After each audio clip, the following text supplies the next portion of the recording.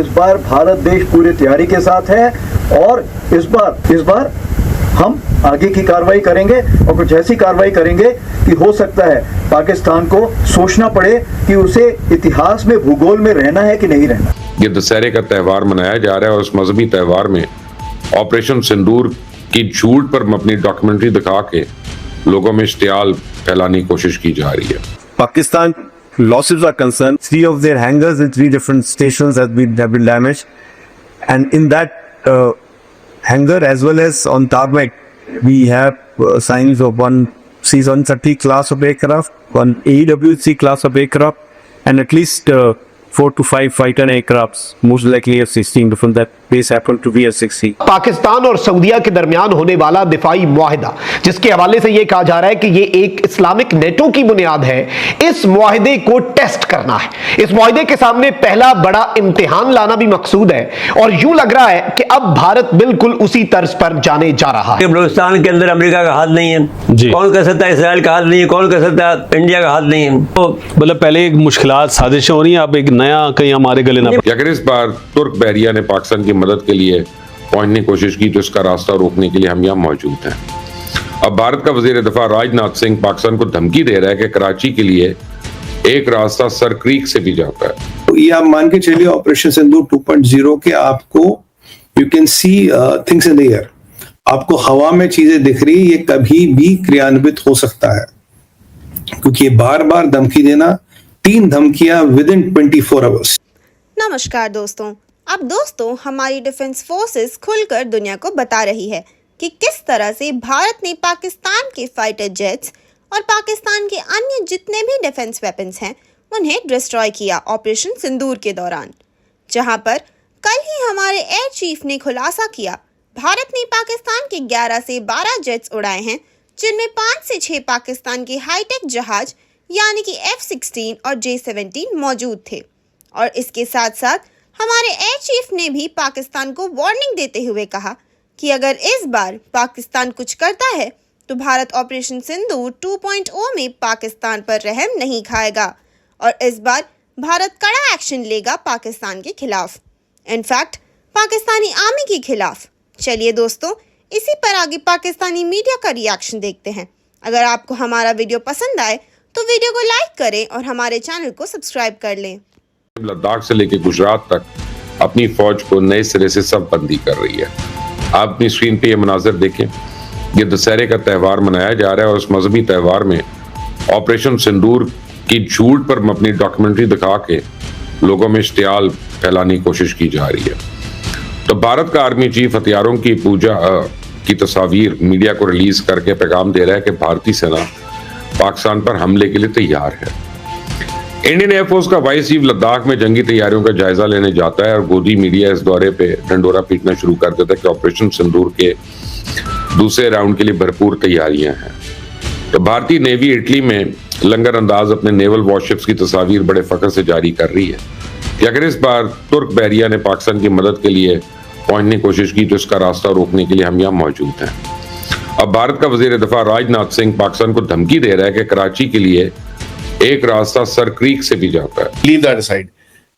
These are psychological warfare tactics जो आप खेल रहे हो उनके साथ, and it's very very clear it creates panic।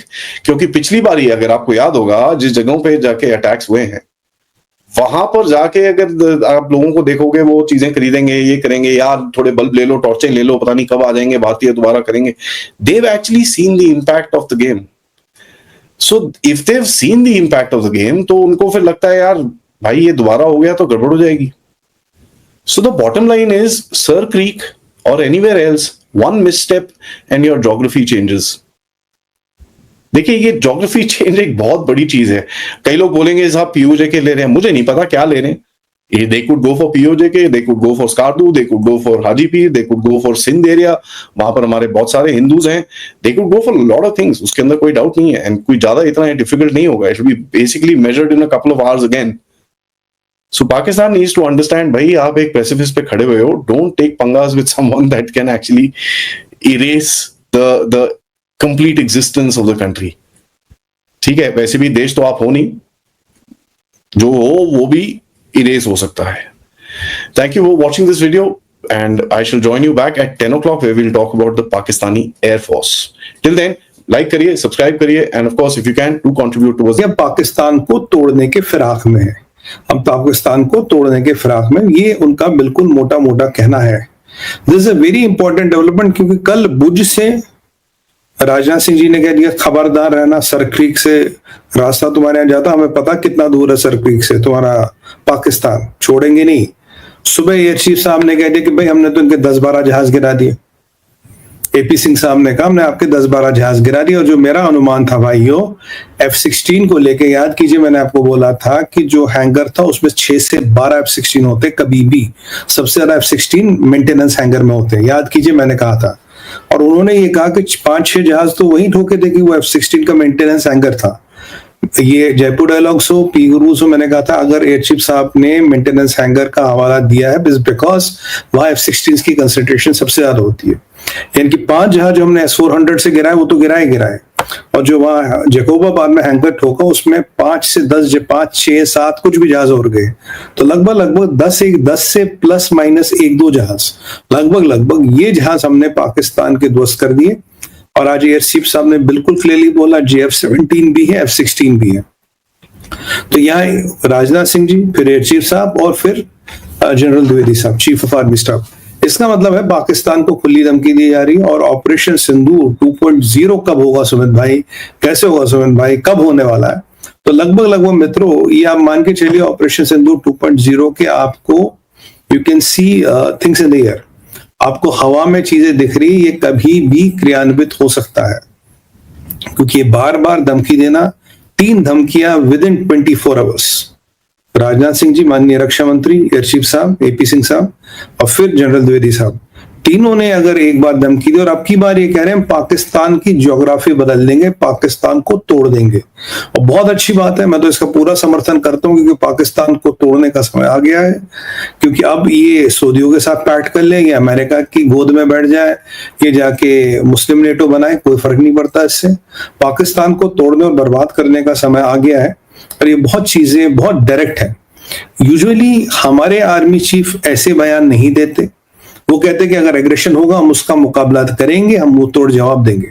पर ये जो चीज आर्मी चीफ साहब ने कही है कि भाई वी विल ज्योग्राफी यानी कि भूगोल पाकिस्तान का बदल देंगे, तो इसका मतलब है सीधा सीधा पाकिस्तान को तोड़ने की धमकी है, ये पाकिस्तान को परमानेंटली खत्म करने की धमकी है।